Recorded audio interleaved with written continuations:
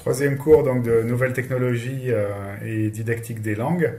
Donc on va faire un cours en deux parties en fait, de façon à varier un peu les plaisirs. En fait, on va rester au départ sur des choses assez générales sur l'intégration du numérique dans l'enseignement des langues et sur les MOOC, sur le fonctionnement des MOOC, sur les changements qu'introduisent en gros les forums de discussion dans les MOOC, non seulement donc et on va avoir les avis, on va avoir deux trois vidéos avec les avis de plusieurs chercheurs qu'on va commenter.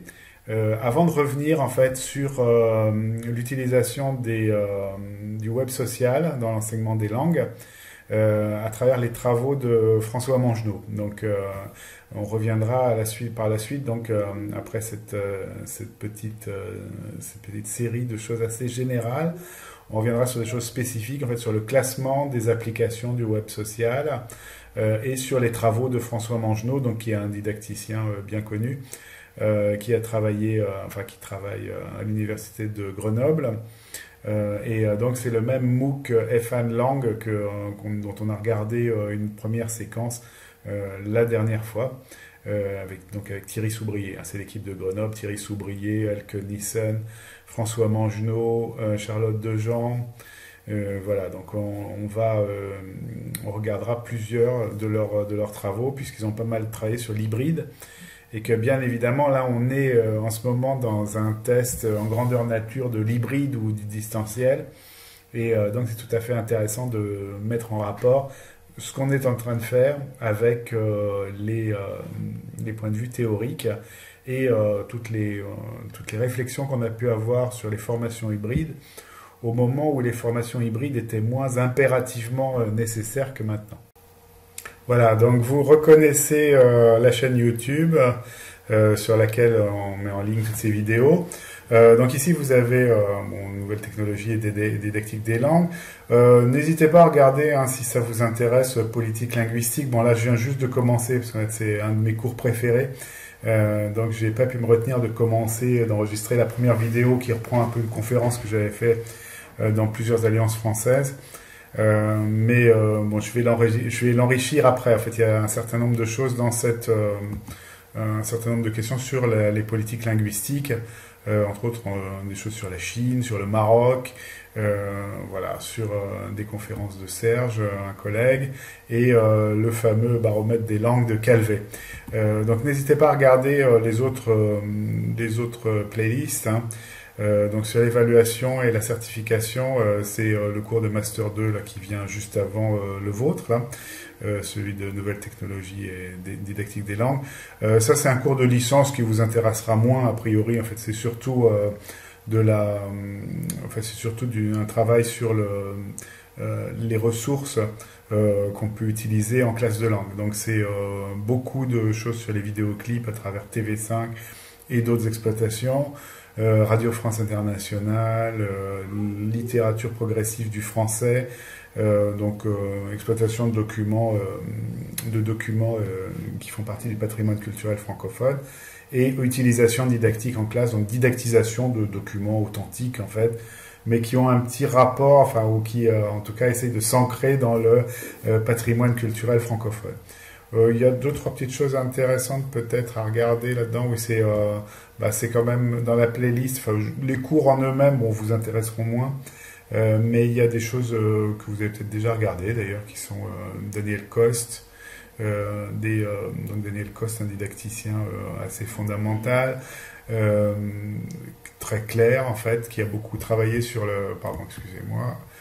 sur le cadre, il a travaillé sur le cadre européen commun, il a travaillé à l'école normale supérieure, il a fait des travaux assez remarquables. Jean-Claude Béaco, qui est un collègue aussi, il est un ami, qui a travaillé à la Sorbonne longtemps, qui était professeur à la Sorbonne, et qui a travaillé beaucoup sur le cadre européen commun de référence,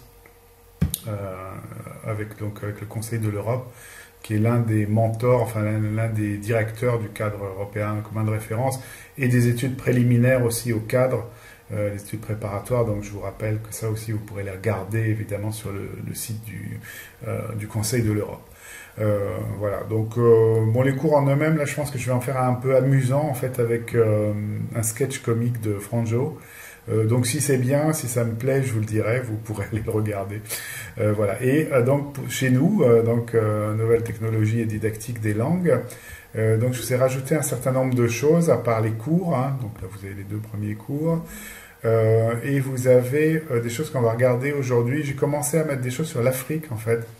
Parce que c'est quelque chose sur lequel c'est un continent sur lequel on va certainement travailler, parce que c'est un continent passionnant pour la révolution numérique et aussi pour comprendre comment les gros enjeux socio-économiques, socio-politiques qui se jouent autour de l'Afrique, comment ils sont traités par les grandes sociétés qui mettent des câbles, par exemple, pour distribuer l'Internet, les gens évidemment qui lancent des satellites, comment ça se passe en fait, comment la distribution de l'information et le câblage de l'Afrique, les infrastructures, se construisent petit à petit sur ce continent.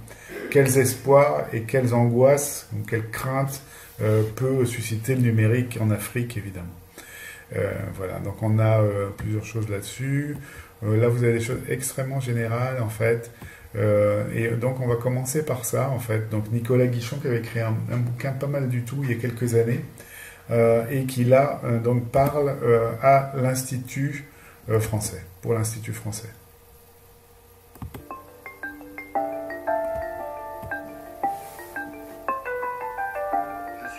Donc enseignant-chercheur à l'Université Lumière Lyon 2.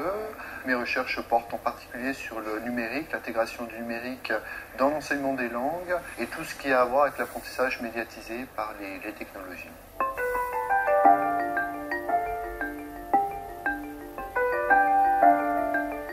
Je pense que la notion même de révolution numérique, c'est un abus de langage. C'est quelque chose qui nous est vendu par les médias. À mon avis, quand on regarde ce qui s'est passé dans la pédagogie au cours du XXe siècle, on s'aperçoit que la technologie a toujours été présente sous des formes diverses, en particulier d'ailleurs dans la classe de langue, et qu'elle a toujours été utilisée d'une manière ou d'une autre. Donc finalement, tout ce qui va se jouer après avec l'arrivée des outils numériques ne s'inscrit que dans cette continuité-là.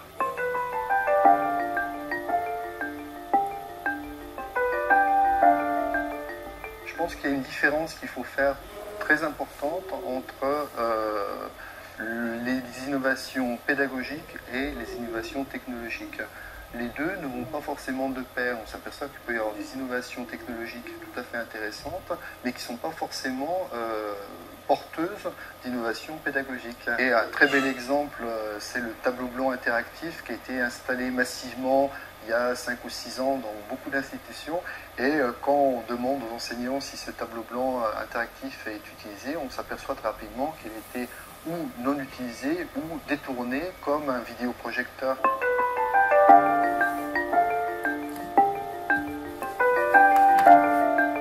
Changement de posture, c'est une négociation qui va se faire sur le long terme et donc qui encore une fois se négocie avec l'institution, mais se négocie surtout avec soi-même et sur comment on développe son identité d'enseignant. Il y a un fantasme, je pense, qui est celui d'être remplacé par les technologies, c'est-à-dire que petit à petit on pourrait se passer de l'enseignant. Moi je pense réellement le contraire. L'enseignant reste tout à fait central dans l'organisation de l'enseignement, mais encore une fois son rôle évolue, se modifie, s'enrichit s'il accepte de changer de posture. Le rôle de l'enseignant peut être tout aussi pivot qu'il l'était auparavant à partir du moment où on comprend le potentiel du numérique et où on comprend également les limites.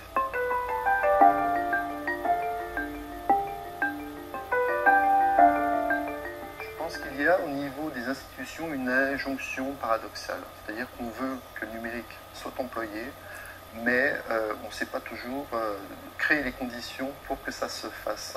Je pense que les directeurs d'Alliance française, d'instituts, d'écoles doivent comprendre que ces conditions, c'est des conditions matérielles, c'est des conditions techniques, et surtout c'est des conditions d'accompagnement.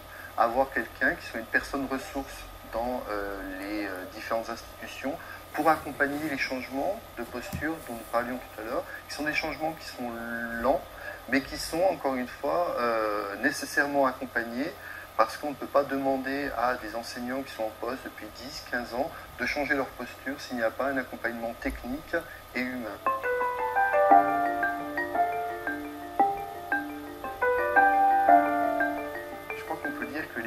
changent, les manières d'apprendre changent, que beaucoup de professionnels n'ont plus envie de traverser la ville pendant 2 heures pour aller forcément suivre un cours, et que le numérique permet justement d'aller chercher de nouveaux apprenants qui peuvent très bien aussi, par le biais du numérique, apprendre le français. Donc à mon avis, ces enjeux-là, il faut les comprendre, il faut mettre en place des stratégies et des politiques qui permettent d'intégrer le numérique de façon intelligente dans l'offre de formation du français langue étrangère. C'est important pour la diffusion du français langue étrangère, et je pense que c'est un virage qu'il va falloir négocier, et le négocier aussi rapidement que possible.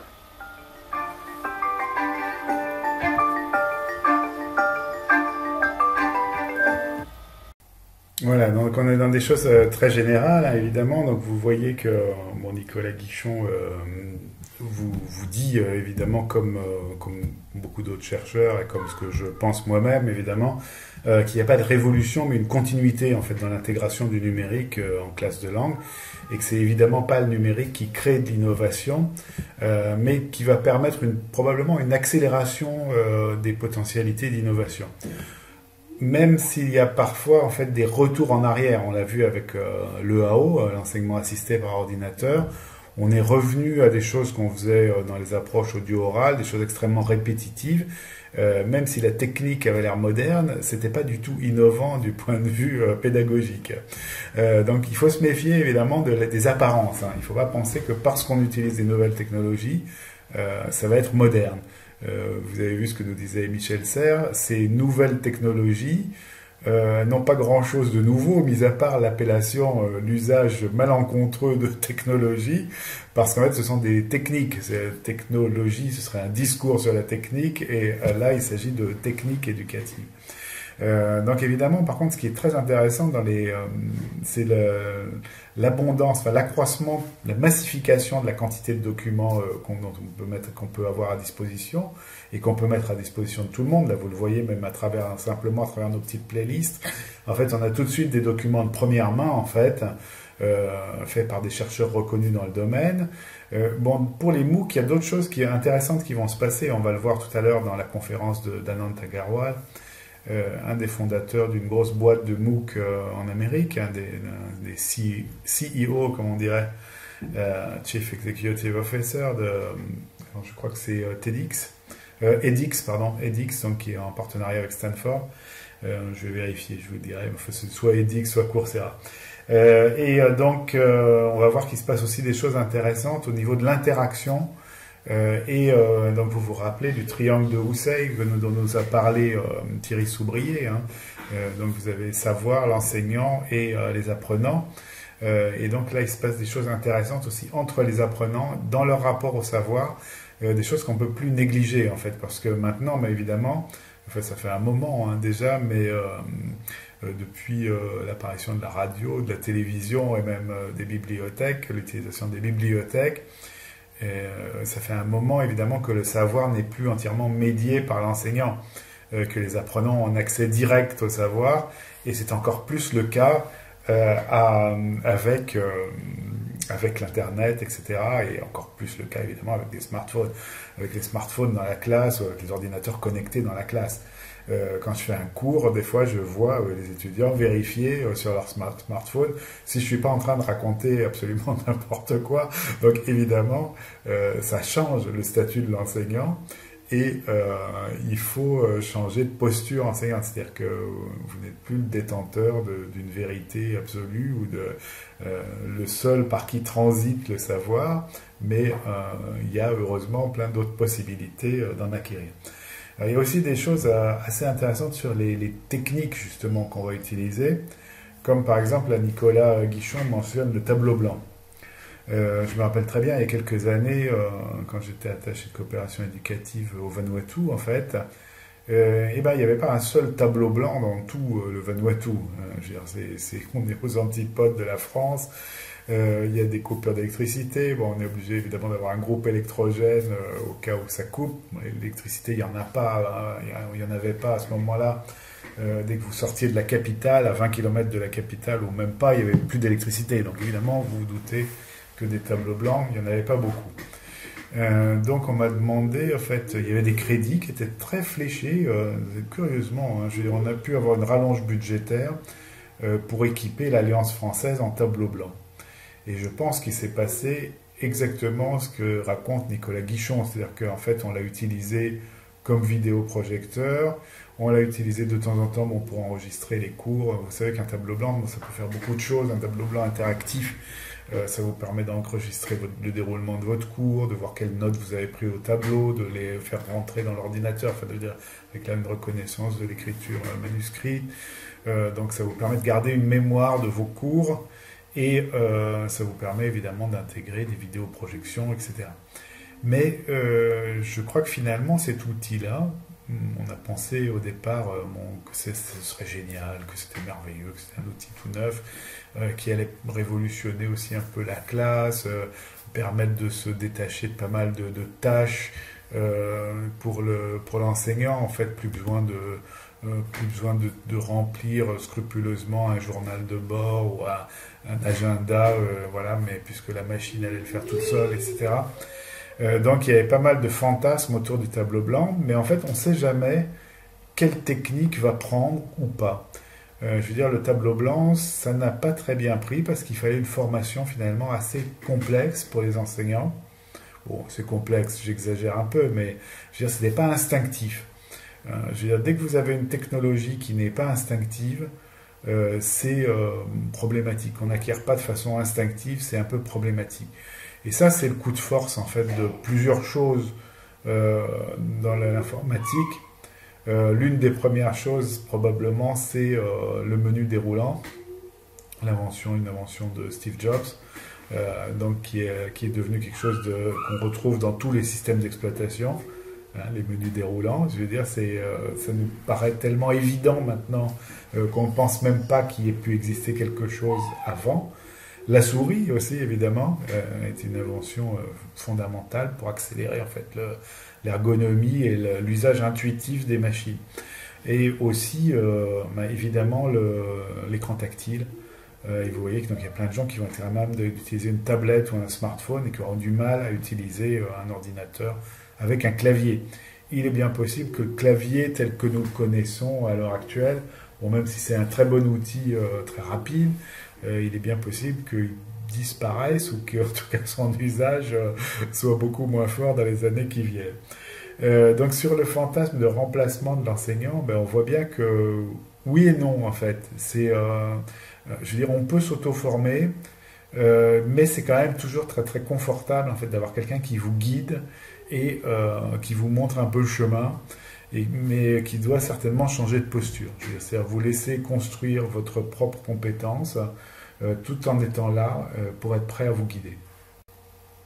Alors aussi dans notre playlist, donc une petite conférence organisée par une boîte privée qui s'appelle WIN et qui convoque des gens de différents horizons en fait, de l'université, mais aussi de chez Microsoft ou de la société WIN en elle-même, donc qui est une société belge qui s'occupe d'enseignement à distance et oui, de formation au numérique.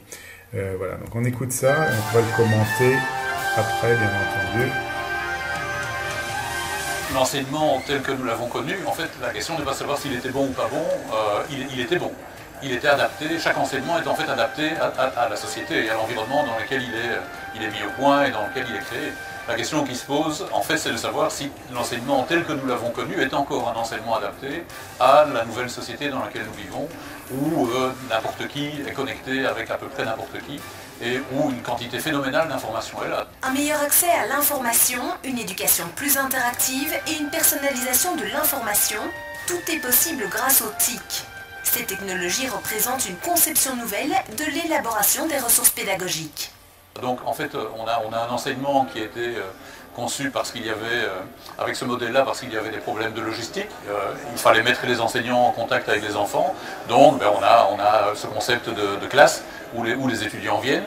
On a l'enseignement qui a démarré dans un monde où les enfants étaient ignorants parce qu'ils n'avaient accès à rien. Maintenant, en fait, les enfants très tôt ont accès à Internet et ne sont plus ignorants. Maintenant, voilà, donc le contexte a changé. Donc l'enseignement lui-même doit évoluer, doit s'adapter, et le type de changement que nous avons est suffisamment fondamental pour imposer, je pense, une grande refonte des pratiques pédagogiques. Alors il y a plusieurs types de moyens de dispenser de l'enseignement en ligne. On peut imaginer une connexion vidéo entre un professeur et un étudiant, mais on peut aussi imaginer que le contenu est mis en ligne. Et donc on peut avoir des contenus massifs mis en ligne et accessibles par à peu près n'importe qui à travers une connexion Internet. Et donc les MOOC, c'est ça en fait. C'est du matériel mis en ligne et accessible pour tout le monde et qui reprend le contenu du cours. Alors c'est une des grandes évolutions qu'on voit dans la transformation de l'enseignement. C'est notamment le mécanisme principal qui permet à des étudiants qui se trouvent dans des pays où ils n'ont pas accès à l'enseignement qu'il leur faut, d'aller le trouver dans nos universités aux États-Unis. Ça permet aussi d'avoir accès à l'enseignement d'une sommité dans ce domaine. Et bon, ces professeurs qui donnent cours dans des universités américaines où le droit d'entrée est à 100 000 euros, bon voilà, le moyen d'accéder à leur enseignement, c'est notamment à travers les MOOC. Je pense que c'est un des éléments de la transformation de l'enseignement. Je ne pense pas que ce soit l'élément ultime. Parce que ça reste toujours dans le concept de un professeur parle à des étudiants, alors que le monde de la connexion dans lequel nous vivons, le monde du réseau, de l'interaction qu'on a avec d'autres personnes, c'est un monde qui est beaucoup plus un mode de dialogue qu'un mode de discours. Et donc personnellement, je pense que le MOOC, c'est une transformation digitale de l'enseignement actuel, mais ça n'intègre pas encore complètement les concepts du digital. Très clairement, aujourd'hui, certains de nos clients dans le secteur de l'éducation nous ont fait confiance pour développer effectivement plusieurs aspects qui sous-tendent cette volonté de mettre à disposition des étudiants soit des tablettes qui sont propriété de l'école, soit de leur permettre d'utiliser leur propre device, un smartphone ou une tablette. Donc d'une part, nous allons apporter la connectivité à large bande au travers notamment du coax, qui nous permet d'atteindre des vitesses extrêmement importantes tout en étant dans des coûts budgétaires qui sont extrêmement contrôlés.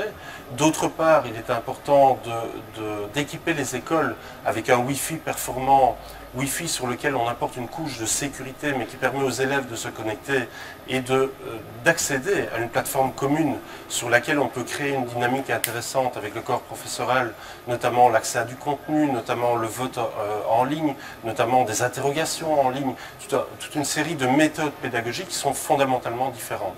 Par ailleurs, il est nécessaire aussi de créer des plateformes sur lesquelles on va pouvoir héberger ce contenu, on va pouvoir centraliser l'information, gérer le contrôle d'accès et évidemment faire en sorte que ce Wi-Fi ne soit pas utilisé pour des actions qui ne soient pas des actions éducatives. Et donc il y a tout un aspect sécuritaire de filtrage des accès sur le Wi-Fi qui est nécessaire pour garantir que ce service qui est mis à disposition de l'école du futur soit bien utilisé à des fins strictement pédagogiques et permette à l'élève et au professeur de rentrer dans une nouvelle expérience pédagogique avec une nouvelle approche et une nouvelle pédagogie.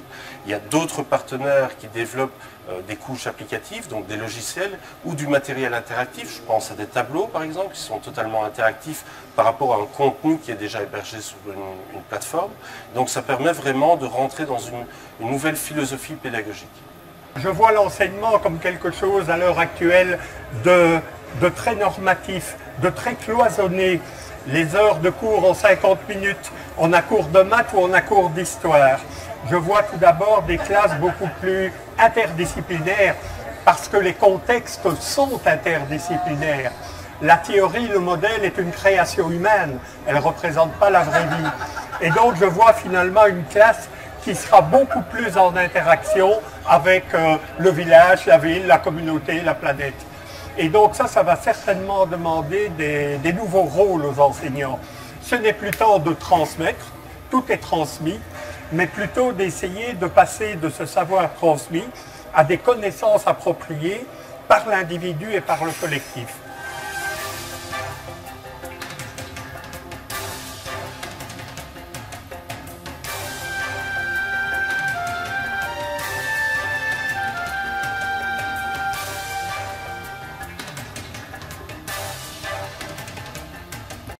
Alors dans chacun de ces discours, en fait, il y a des choses, je veux dire, intéressantes à apprendre et à observer. Ne serait-ce qu'observer en fait les différents lieux aussi d'où les gens parlent et quels sont leurs intérêts en matière d'enseignement d'enseignement avec la médiation des nouvelles technologies. Donc le premier intervenant qui vient de chez Microsoft souhaite parler des MOOC, mais apparemment il n'est pas encore tout à fait au point, puisque la massification, en fait, dans le M de MOOC, donc Massive Online Open Courses, la massification, c'est plutôt une massification du nombre d'étudiants. Je veux dire, effectivement, on reste en partie dans les MOOC, dans un schéma enseignant, étudiant, un schéma un peu de cours relativement frontal, en fait, même s'ils sont médiés par la technologie, je veux dire des cours enregistrés qui s'adressent à des milliers éventuellement, voire même peut-être certains sont peut-être adressés même à des millions d'étudiants. Donc le côté massif, c'est la quantité d'étudiants qui vont les suivre. Et donc je vous l'avais dit, on retravaillera encore sur les MOOC plusieurs fois, parce que c'est vraiment un sujet qui a fait couler beaucoup d'encre et qui a vraiment beaucoup d'intérêt. Je dirais, la massification en fait espérée, c'est ce que dit aussi notre collègue de chez Microsoft, en fait, c'est que ça permet d'avoir accès aux meilleurs enseignants. C'est pas si angélique que ça, malheureusement. C'est-à-dire que les meilleurs enseignants pourront faire cours tout d'un coup à des milliers de personnes grâce à la médiation technologique. Et après, évidemment, ils ne seront pas là pour animer les forums. Vous imaginez pas Noam Chomsky ou Steven Pinker, que sais-je encore, animant des forums avec des milliers d'étudiants venant de partout dans le monde, ou, je ne sais pas, Thomas Piketty en économie. Voilà, donc ce sera très... c'est très différent ces MOOC, en fait, c'est très différent finalement de tout ce qu'on a fantasmé en fait au départ. C'est-à-dire qu'on s'est dit, voilà, on va amener les meilleurs enseignants, les enregistrer et distribuer en fait leurs bonnes paroles sur toute la planète.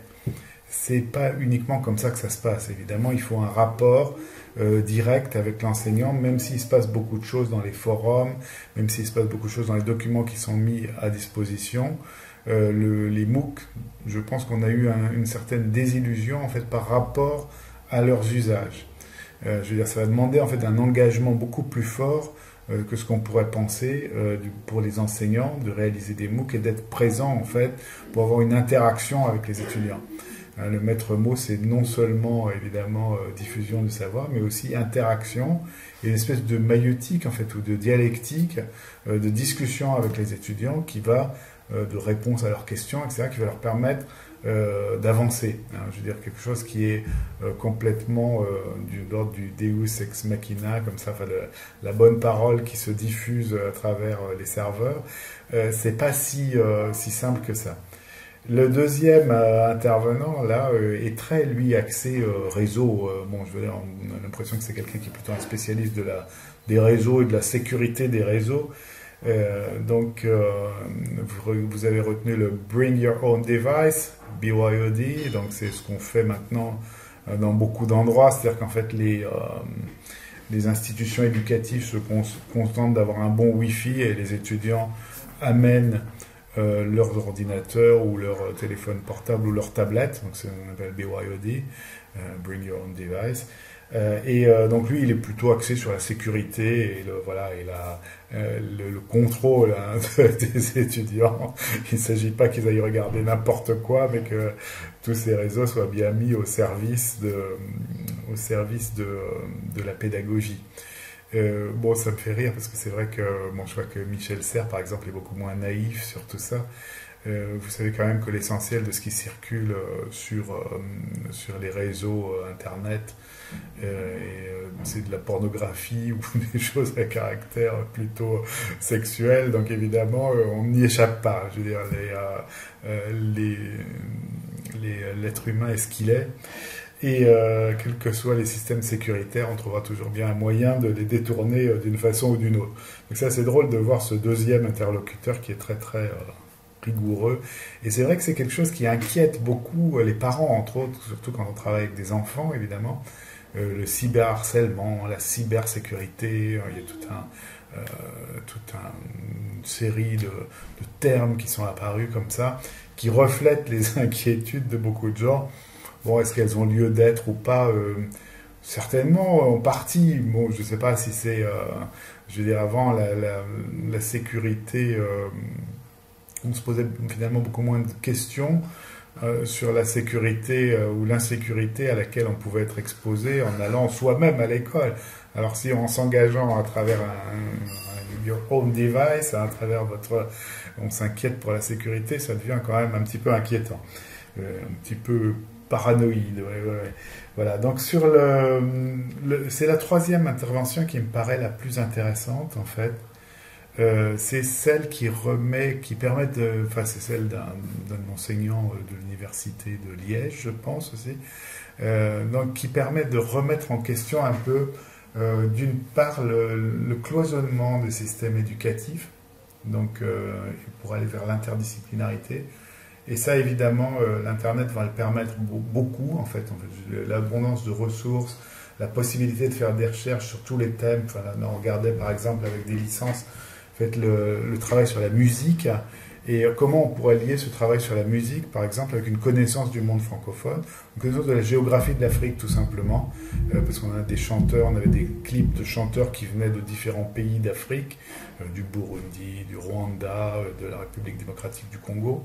Je veux dire, d'une façon interdisciplinaire, on pouvait rentrer dans de l'histoire, en parlant par exemple du génocide des Tutsis au Burundi, à travers l'étude de textes de Gaël Faye, à travers l'étude de son roman Petit Pays, de la géographie, de l'histoire et de la langue. Je veux dire, on pouvait, avec de la linguistique, enfin de la langue française, donc on pouvait lier ces différentes matières dans un projet interdisciplinaire très facilement à travers justement les recherches qu'on peut faire, à travers tous les documents qui sont mis en ligne grâce aux nouvelles technologies. Donc probablement, oui, du décloisonnement, des possibilités d'interaction nouvelles, des possibilités de classe inversée aussi, en fait, si on arrive à un peu ce qu'on fait ici, c'est-à-dire je mets à disposition un cours avec des documents complémentaires va y en avoir peut-être de plus en plus. Vous piochez là-dedans, ça suscite chez vous des questions, on les traite dans l'échange sur la vidéoconférence, mais on pourrait très bien mettre en place aussi un enseignement mutuel, en fait, où vous échangiez entre vous, où vous travailliez ensemble. Donc ça décloisonnerait la totalité du cours, et ça permettrait de créer une dynamique comme celle qu'on va voir dans la vidéo suivante.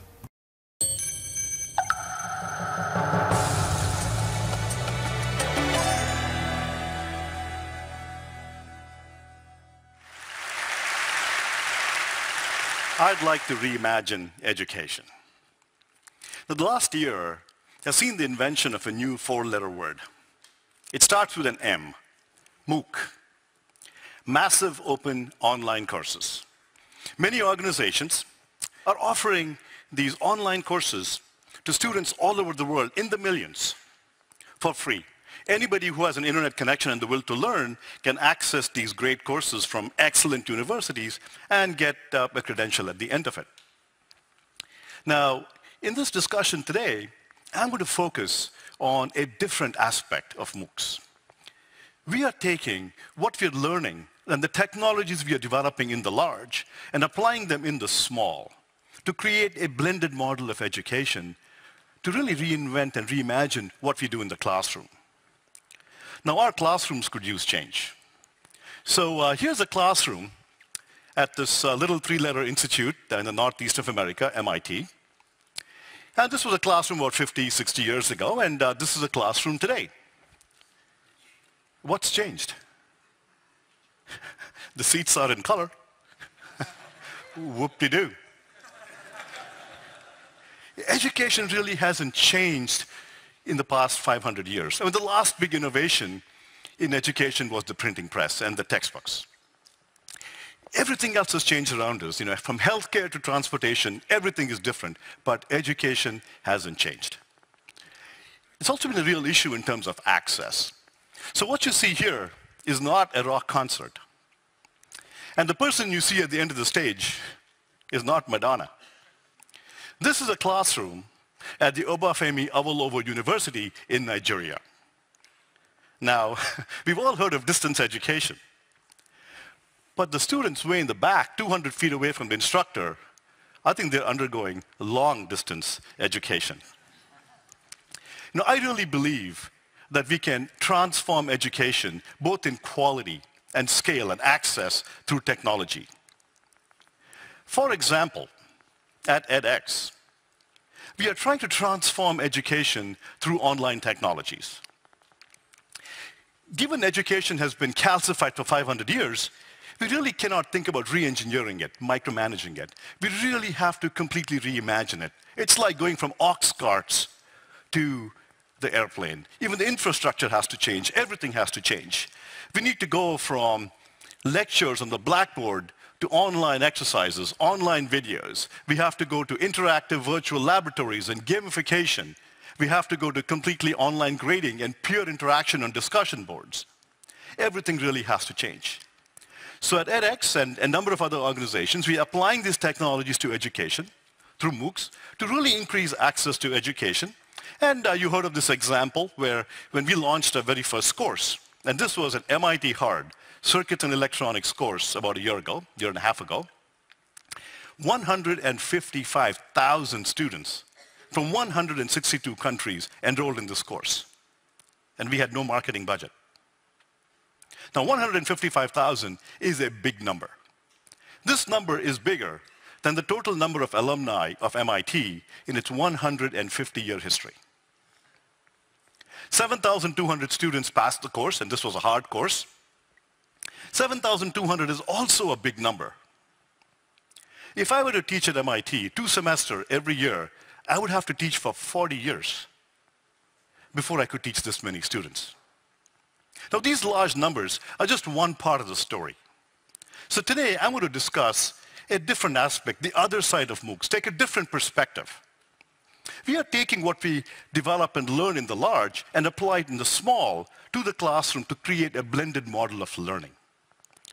But before I go into that, let me tell you a story. When my daughter turned 13, became a teenager, she stopped speaking English. She began speaking this new language. I call it Teenlish. It's a digital language. It's got 2 sounds, a grunt and a silence. Honey, come over for dinner. Did you hear me? Silence. Can you listen to me? So we had a real issue with communicating, and we were just not communicating. Until one day I had this epiphany. I texted her.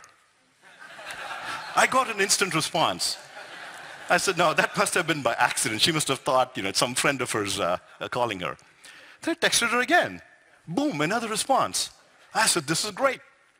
And so since then, our life has changed. I text her, she responds. It's just been absolutely great.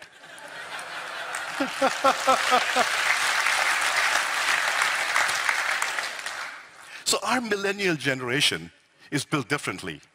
Now, I'm older, and my youthful looks might belie that, but I'm not in the I'm not in the millennial generation. But our kids are really different. The millennial generation is completely comfortable with online technology, so why are we fighting it in the classroom? Let's not fight it, let's embrace it. In fact, I believe, I have 2 fat thumbs, I can't text very well, but I'm willing to bet that with evolution, our kids and their grandchildren will develop really, really little itty-bitty thumbs to text much better. The evolution will fix all of that stuff. But so why don't we embrace technology, embrace the millennial generations, natural predilections, and really think about creating these online technologies, blend them into their lives. So here's what we can do. So rather than driving our kids into a classroom, herding them out there at 8 o'clock in the morning, I hated going to class at 8 o'clock in the morning. So why are we forcing our kids to do that? So instead what you do is you have them watch videos and do interactive exercises in the comfort of their dorm rooms, in their bedroom, in the dining room, in the bathroom, wherever they're most creative. Then they come into the classroom for some in-person interaction. They can have discussions among themselves, they can solve problems together, they can work with the professor and have the professor answer their questions.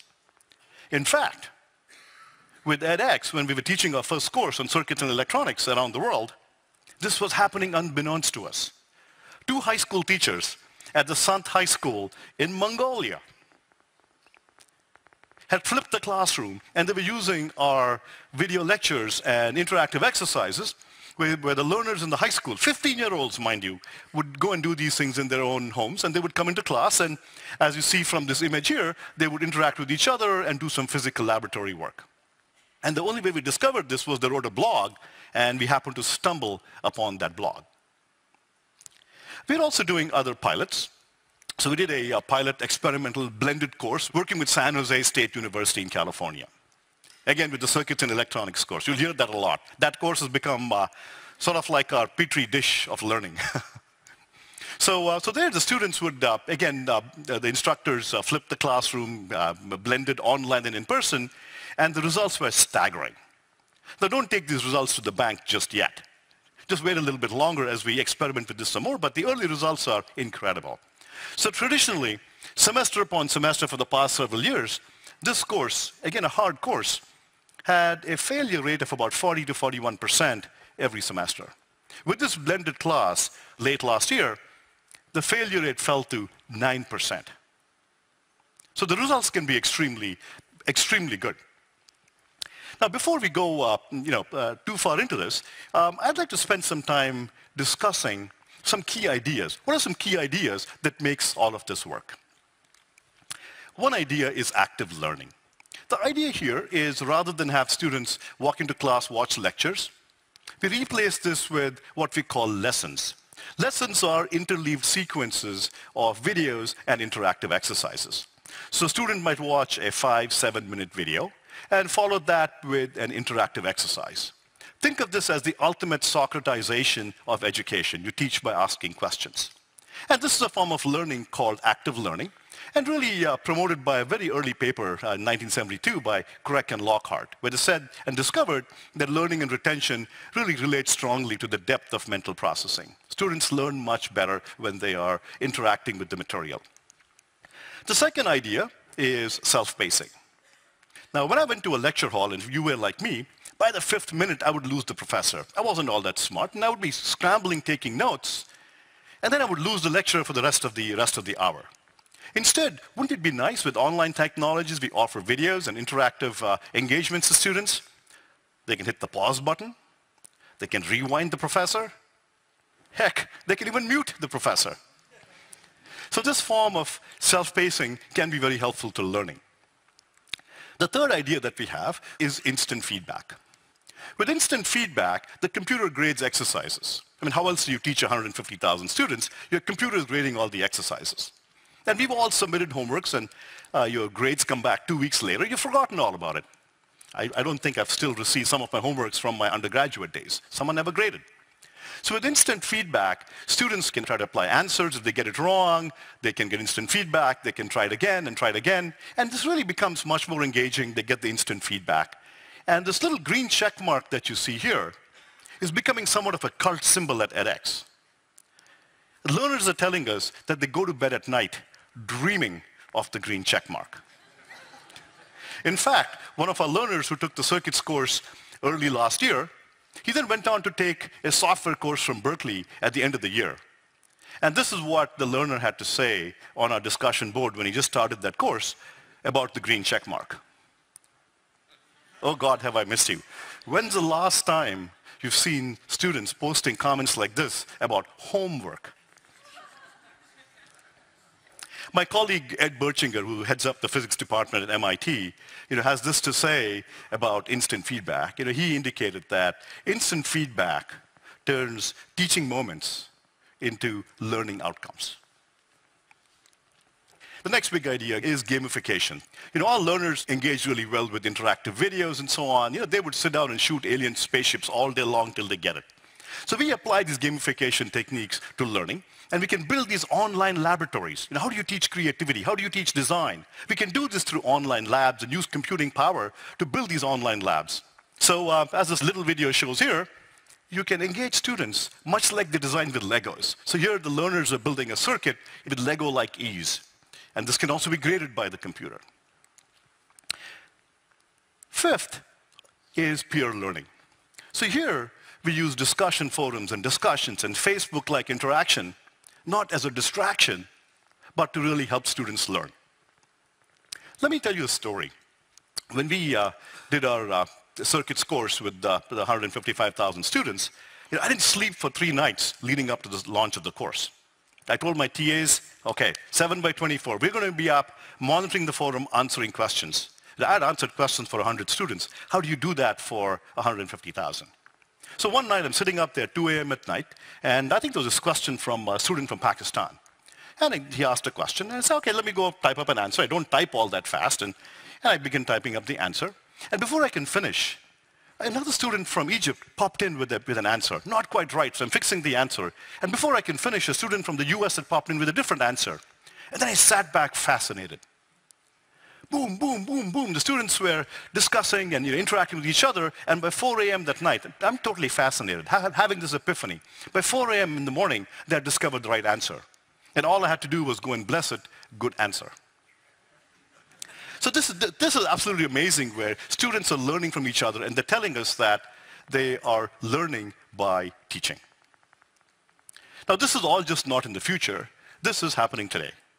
So we are applying these blended learning pilots in a number of universities and high schools around the world, from Tsinghua in China to the National University of Mongolia to Berkeley in California, all over the world. And these kinds of technologies really help. The blended model can really help revolutionize education. It can also solve a practical problem of MOOCs, the business aspect. We can also license these MOOC courses to other universities, and therein lies a revenue model for MOOCs, where the university that licenses it with the professor can use these online courses like the next generation textbook. They can use as much or as little as they like, and it becomes a tool in the teacher's arsenal. Finally, I would like to have you dream with me for a little bit. I would like us to really reimagine education. We will have to move from lecture halls to e-spaces. We have to move from books to tablets like the Akash in India, or the Raspberry Pi, the $20. The Akash is $40. We have to move from bricks and mortar school buildings to digital dormitories. But I think at the end of the day, I think we will still need one lecture hall in our universities. Otherwise, how else do we tell our grandchildren that, your grandparents sat in that room in neat little rows like corn stalks and watched this professor at the end, talk about content, and you didn't even have a rewind button. Thank you. Thank you. Thank you.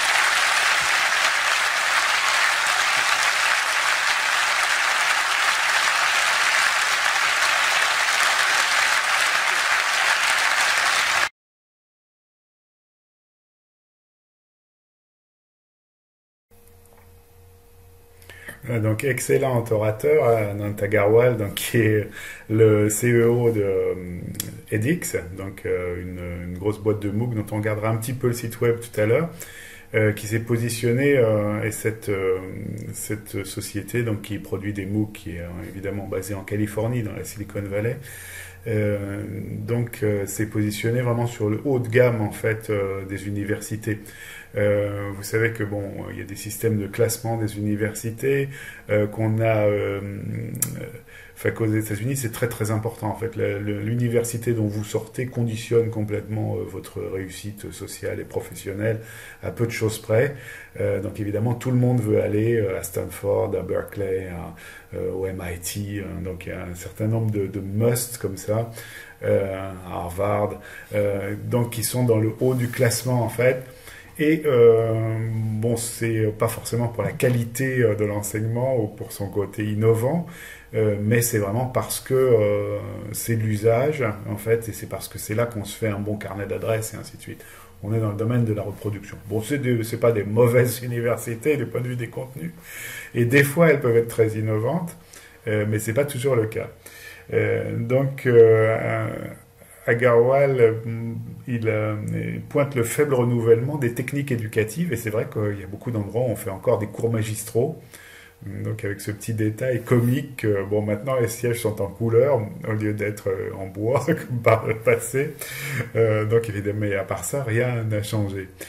C'est pas tout à fait vrai, puisque évidemment on a toujours des cours magistraux dans pas mal d'universités, mais on a aussi des TD, des classes inversées. Enfin, bon, je veux dire, il y a aussi des choses qui sont déjà pratiquées avant la révolution entre guillemets des nouvelles technologies. Donc lui il dit qu'il n'y a pas de changement depuis l'invention de la presse, enfin de la presse à imprimer, depuis Gutenberg. C'est vrai qu'on compare souvent en fait l'introduction du numérique à une nouvelle révolution type introduction de l'écrit, en fait, type la révolution de l'imprimerie. Donc on aurait des grandes périodes, donc les copistes qui copient des livres manuscrits, puis l'invention de l'imprimerie qui va être une révolution dans la massification de la diffusion des ouvrages imprimés, constitution d'énormes bibliothèques qui vont contenir un savoir énorme. Après, on aurait une autre révolution qui serait la révolution de l'informatique et des data, du stockage des données. Donc, qui là aussi va avoir encore un effet exponentiel en fait sur l'accumulation de savoir et les possibilités d'accès. C'est un aspect effectivement intéressant. C'est pas inintéressant de l'observer comme ça, mais bon, il se passe des choses évidemment plus subtiles dans un discours de ce type-là. On est obligé de caricaturer un peu. Vous avez ensuite cette image du Nigeria, de l'université Obafemi Awolowo, donc qui doit être à Lagos, je pense. Donc là, vous voyez effectivement que c'est un énorme problème dans beaucoup d'universités, en fait, dans des pays où il y a énormément de jeunes, de pouvoir tous les scolariser et dans des conditions acceptables. Là, vous imaginez la scène, un enseignant sans amplification devant un tableau, devant un amphi comme ça, où les élèves les derniers rangs sont à 30 mètres ou 40 mètres de l'enseignant. C'est évidemment extrêmement difficile, voire impossible en fait pour les derniers rangs de comprendre quoi que ce soit. Quand j'étais gamin, j'étais dans une classe en Afrique, donc j'ai fait une partie de ma scolarité en Côte d'Ivoire dans une école complètement africaine. Au début de l'année, on était 80 dans la classe. J'avais de la chance d'être au premier rang. Je pense que les derniers, ceux qui étaient au fond, il fallait pas qu'ils soient myopes ni qu'ils aient un léger problème d'audition. Et encore, même avec une ouïe très fine et une bonne vision, je pense qu'ils avaient du mal à capter tout ce que disait l'enseignant devant le tableau.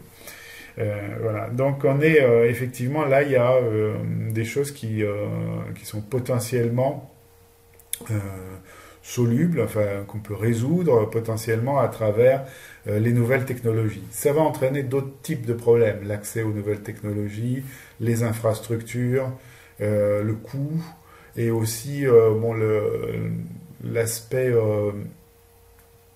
directionnel. Enfin, je veux dire, c'est-à-dire qu'on va diffuser en fait un savoir qui n'est peut-être le savoir d'une culture dominante, et ça va renforcer les effets de domination culturelle. On peut se poser la question. Mais enfin, en tout cas, c'est une chose qui apparemment fonctionne bien à l'heure actuelle, puisque vous avez vu les chiffres qu'il cite sur le secours sur l'électronique secours sur les composants électroniques du MIT, donc qui a rassemblé 155 000 étudiants. Donc évidemment, quand on regarde sur la carte, on voit qu'il y a plein d'étudiants dans des pays du tiers-monde, entre guillemets, où l'accès à des universités et à des cours de bonne qualité est difficile. J'ai travaillé dans l'université de Nouakchott, je vois bien ce que ça peut être. Enfin, je veux dire, la difficulté qu'on peut avoir, aussi bien parce que on n'a pas les salles, on n'a pas le matériel, les photocopieuses sont inaccessibles, les enseignants sont plus ou moins bien formés et souvent très mal payés. Rassurez-vous, c'est le cas aussi en France, mais bon, ça reste quand même vivable. Donc voilà, donc il y a plein de questions qui se posent, évidemment. Donc modèle, ce que prône Anant Agarwal, c'est un modèle, un blended model of learning, donc un modèle mélangé distanciel, présentiel, Et donc il raconte l'anecdote de la communication avec sa fille, donc c'est un peu inquiétant, évidemment s'il ne communique plus avec sa fille que par texto, mais bon, c'est pour montrer que les nouvelles générations sont beaucoup plus à l'aise avec les technologies digitales, et que finalement, bon, ces technologies digitales peuvent avoir supplanté en partie des modes de communication plus classiques. Donc mélange d'éducation, mélange de l'éducation avec la vie quotidienne, la possibilité de travailler de chez soi dans des endroits où on est plus à l'aise, plus créatif, etc. Mais aussi de retrouver du collectif, mais dans le côté plus expérimental et qui suscite l'interaction avec les pairs. C'est-à-dire, évidemment, là, c'est la clé du succès, en fait, c'est qu'on garde une interaction avec le matériel réel et avec les pairs. Collectif dans le labo, dans l'interaction, classe inversée et exercice interactif, avec une interactivité très très rapide, en fait.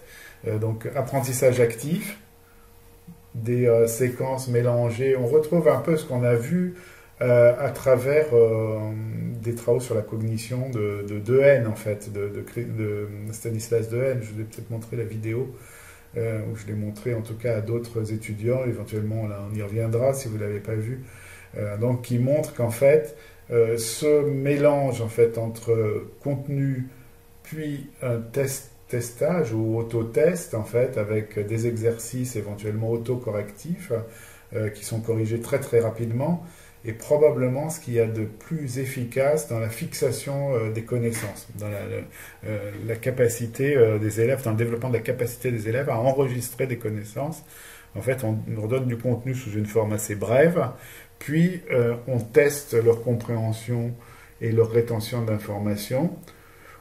Et aussi, bon, je veux dire, et ça permet effectivement d'avoir un retour très très rapide, une fixation des connaissances, sans qu'il y ait de risque de fixer des erreurs, en fait. Deuxième point aussi, le deep learning, en fait, donc c'est ce qu'il appelle instant feedback, en fait, donc le retour immédiat des résultats. Donc il parle de la green check mark, donc la petite coche verte de edX, qui dit oui, voilà, vous avez réussi, et donc qui va être un élément très renforçant, en fait, sur les apprentissages. Stimulus, réponse, renforcement, un petit peu. On retrouve du comportementalisme, mais on n'est plus tout à fait dans la même perspective, puisque là, on va travailler sur de l'apprentissage plus profond. Donc, on a cette chose-là, évidemment, toutes ces choses-là, et l'idée de gamification, en fait, donc de transformer l'apprentissage en jeu. Et donc, il faut travailler un peu sur la théorie des jeux, en fait. La théorie des jeux, quand on la regarde, on se dit que c'est finalement souvent pas très ludique, mais que c'est plus... souvent, il y a un système de comptabilisation des points. En fait, c'est exactement ce qu'on faisait avec les notations, en fait. Mais en plus immédiate et en plus... comment dire s'approchant plus du jeu, en dédramatisant les enjeux de l'évaluation. Voilà. Ensuite, donc évidemment, du peer learning, donc de l'apprentissage mutuel. Et ça, je pense que la séquence qui nous raconte, en fait, au moment où ils surveillent ce qui se passe sur le forum vers 3h, 4h du matin. Là, ils sont dans le premier cours d'électronique au MIT. Et ils regardent ce qui se passe dans le forum. Et donc, les élèves discutent entre eux et construisent la bonne réponse à une question. Au début, il y a une proposition qui n'est pas tout à fait juste. Après, un autre élève amène une autre proposition. Et en quelques minutes, en fait, ils sont fait une formation mutuelle. En fait, ils sont mutuellement entraidés et ils sont parvenus à la bonne réponse. Donc, les forums et la discussion entre les élèves, l'interaction entre les élèves va être aussi un élément clé, évidemment. Bon, c'est pas tout à fait neutre, hein, c'est un élément clé qui permet de construire effectivement les apprentissages et qui permet aussi qui va permettre aussi de comprendre cette idée qu'en fait, quand on a compris quelque chose, eh bien, on peut l'expliquer aux autres. Et donc, le fait qu'on se mette en situation d'expliquer fait qu'on va avoir des processus de deep learning, d'apprentissage profond, en fait, qui vont vous faire mieux comprendre la notion. Quand vous enseignez quelque chose, j'espère en tout cas, que vous le maîtrisez suffisamment pour pouvoir l'expliquer aux autres. Donc on a toutes ces belles idées dans ce discours. Alors évidemment, il y a un autre versant. Bon, je veux dire, on est dans une société, edX, qui a fait un gros travail sur le marketing, sur le choix de ses partenaires. Donc on va regarder un petit peu tout à l'heure le site. Vous allez voir, donc c'est Stanford, Berkeley, Harvard, MIT. Bon, je veux dire, c'est le top 5 du classement des universités américaines, ou le top 10 au maximum. Voilà, donc on a ce côté marketing. Et on a aussi, par rapport à ce que je disais tout à l'heure, dans l'enseignement mutuel, en fait, mais il ne faut pas s'illusionner, en fait. C'est pas mal qu'il y ait un modérateur qui regarde ce qui se passe dans les forums. Ça permet de guider les étudiants quand il y a un vrai problème, ou quand il y a quelque chose qu'ils ne comprennent pas de façon collective, hein, je veux dire, et où ils peuvent construire justement des réponses fausses. J'ai déjà vu ça en fait en FLE aussi. Je veux dire, on peut très bien avoir une approche régressive en fait, où les étudiants vont avoir une approche plutôt, par exemple, vont dire, en fait, il faut faire des dictées, ou en fait, il faut avoir une discipline de faire dans la classe, ou il faut faire de l'enseignement frontal, c'est beaucoup mieux. Je veux dire, on peut très bien avoir une approche régressive, peu innovante de la part de gens qui débutent, hein, parce qu'ils se réfèrent aux modèles qu'ils connaissent. Donc c'est là que le modérateur ou l'enseignant va amener autre chose et relancer la réflexion pour éviter de reconstruire et de renforcer des réponses qui ne sont pas forcément justes. Donc il y a ce problème, il y a cette question-là, et il y a la question évidemment du fantasme des universités ou des institutions qui pensent que les MOOC en fait vont permettre d'économiser du personnel, donc que cet enseignement mutuel va se substituer à un enseignement avec des enseignants, des moniteurs, des facilitateurs, etc. Donc c'est évidemment pas ce qu'il faut faire. Je ne le dis pas simplement pour défendre mon emploi. Donc donc il y a une autre question qui se pose évidemment par rapport à ce modèle. C'est la place du présentiel et de la socialisation. Donc vous voyez que on y répond par ces ateliers en fait où on retrouve du collectif. Est-ce que ça va suffire à se construire une vraie socialisation, l'interaction en ligne, plus des ateliers où on est là en présentiel?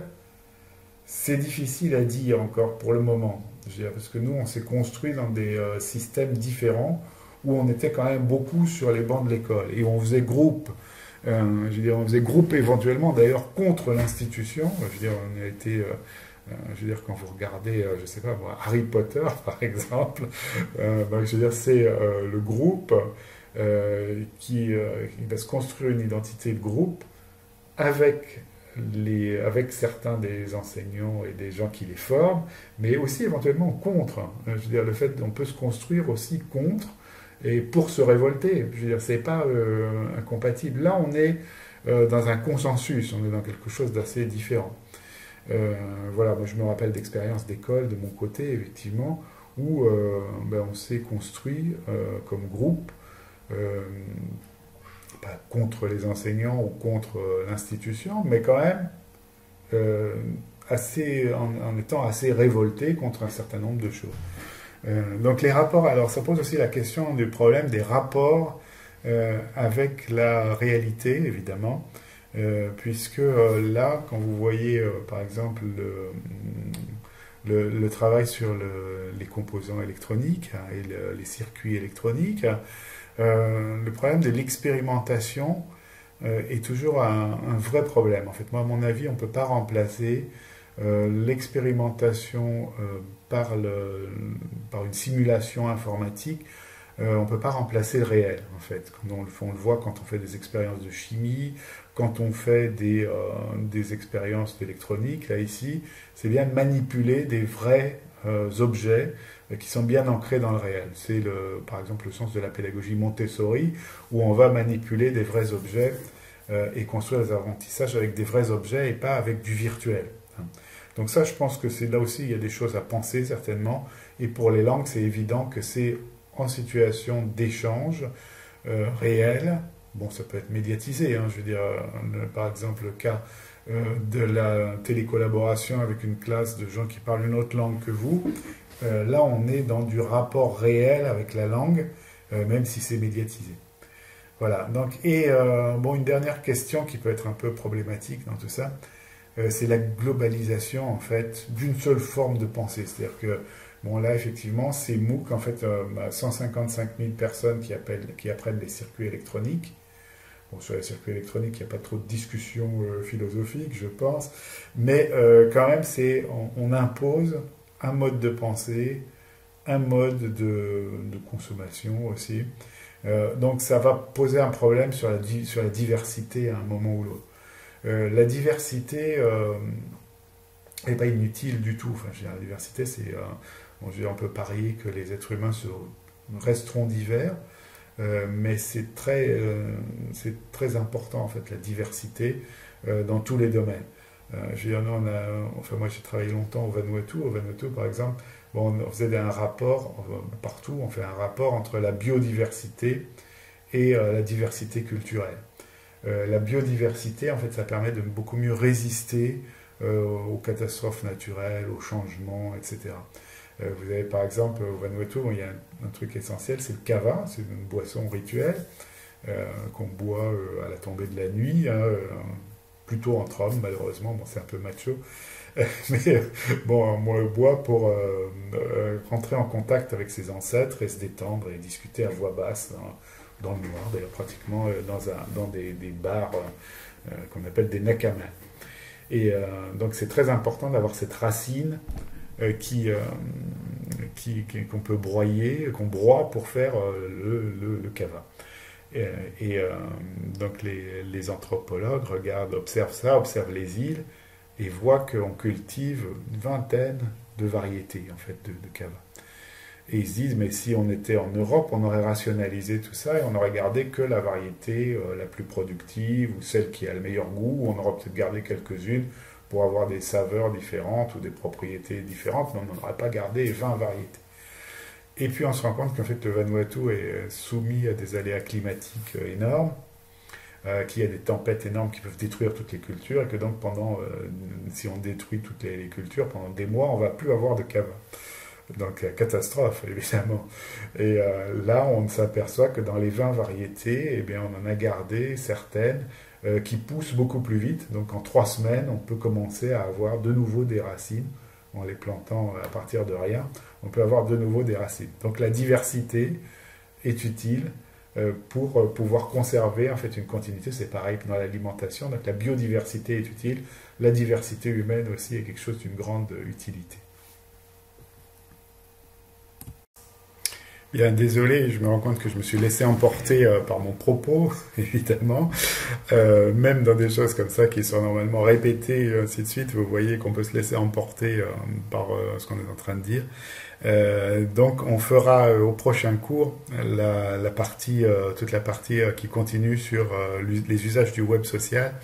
Et donc on reprendra en fait le visionnement de certains MOOC justement qui sont passés sur France Université Numérique. Donc celui de Grenoble, pour ne pas le nommer, enseigné et formé avec le numérique en langue, et donc les travaux de Mangenot, etc.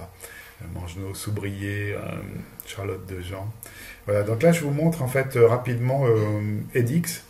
Donc vous voyez en fait les partenaires, hein, Massachusetts Institute of Technology, Harvard, Berkeley, University of Texas, Boston, Hong Kong Polytechnic. Donc bon, évidemment on a d'excellentes universités avec un petit pied vers la Chine, voilà, et donc quelques autres probablement aussi si on veut regarder où, la Sorbonne, donc la Sorbonne en France, Georgetown, Delft, donc Queensland en Australie, ouais.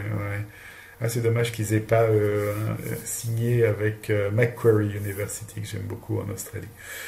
Donc voilà, donc on a évidemment ils sont positionnés plutôt dans le haut de gamme et le très connu, hein, évidemment. Donc en fait quand on regarde après leur programme de cours, Popular Subjects, donc les premiers sont Computer Science, Language, Data Science. Donc on regardera peut-être un peu plus en détail en fait comment fonctionne l'enseignement. Vous voyez qu'il n'y a pas d'enseignement du français, c'est bien dommage, on va leur proposer. Bon, évidemment le chinois vient en premier, hein, on est dans une université qui est déjà anglophone. Voilà, donc vous voyez les choix en fait qui sont faits aussi, c'est très orienté technologie, computer, data. Business et les humanities sont derniers. On regardera comment, une prochaine fois, on regardera comment sont faits leurs cours de langue, mais le problème c'est que l'accès n'est pas du tout gratuit évidemment dans ces MOOC. C'est dans les MOOC de edX en fait, il faut payer très très rapidement. Je vais regarder s'il y a certaines parties qu'on peut regarder ou si je peux m'inscrire à une pour vous donner un petit insight en fait de l'enseignement du chinois, par exemple, j'apprendrais bien un petit peu. Voilà, ce serait tentant. Donc vous avez l'autre grosse boîte de MOOC américaine qui est Coursera. Et donc chez Coursera, vous voyez que c'est organisé d'une manière un peu différente en fait. Illinois University. Donc vous avez bon, évidemment des universités qui ne sont pas des universités de tout premier rang, enfin c'est de bonnes universités aussi, hein, mais pas des universités de tout premier rang comme chez edX, donc un positionnement un peu moins haut de gamme. On voit aussi que donc les Arts and Humanities ici sont positionnés en premier, comme c'est souvent le cas dans les facultés classiques, mais comme ce n'était pas le cas chez edX en fait. Donc voilà, donc vous voyez toutes les possibilités de diplômes, de certificats. Donc vous avez des certifications. Alors l'intérêt évidemment de ces MOOC, c'est que ça vous propose des certifications que vous pouvez obtenir à distance et que vous pouvez mettre dans votre CV. Ça vous donne une qualification en fait. Vous voyez Rutgers, Illinois, HEC. Voilà, donc il y a des différentes possibilités de cours évidemment. Ça c'est notre partie française en fait. France Université Numérique. Donc je vous ai dit développement complètement différent avec cette idée sur la gratuité donc la mise à disposition en fait de cours, la conception de cours existant déjà dans différentes universités du domaine francophone. Donc on a une assez forte présence de nos collègues belges, hein. Vous avez vu le MOOC Prof de FLE de Liège. Voilà, donc vous avez Sorbonne, Bordeaux, Paris Tech, Liège, ici encore la simulation médicale, à vous de jouer. Voilà. Et donc l'Université libre de Bruxelles, donc vous voyez Grenoble-Alpes ici, MOOC 2 Move, le français pour l'université, donc ça on pourra regarder aussi un peu plus en détail. Voilà, on va conclure là-dessus. Donc vous avez ces plateformes, vous pouvez y jeter un coup d'œil. Moi je vais y retourner en fait et on continuera éventuellement à explorer tout ça. Parce que c'est vrai que le développement des cours de langue sur ces plateformes est intéressant à observer. Comme souvent en fait vous avez des cours qui se déroulent sur une période assez courte, sur 6 semaines par exemple, sur l'équivalent d'un demi-semestre à peu près. Donc pour les langues, le format n'est pas forcément idéal. Il va falloir bien structurer le tout pour avoir une progression qui tienne debout. Donc on va regarder un peu comment c'est fabriqué et comment ça peut évoluer dans les temps qui viennent. Voilà, merci beaucoup, bonne semaine et à très bientôt.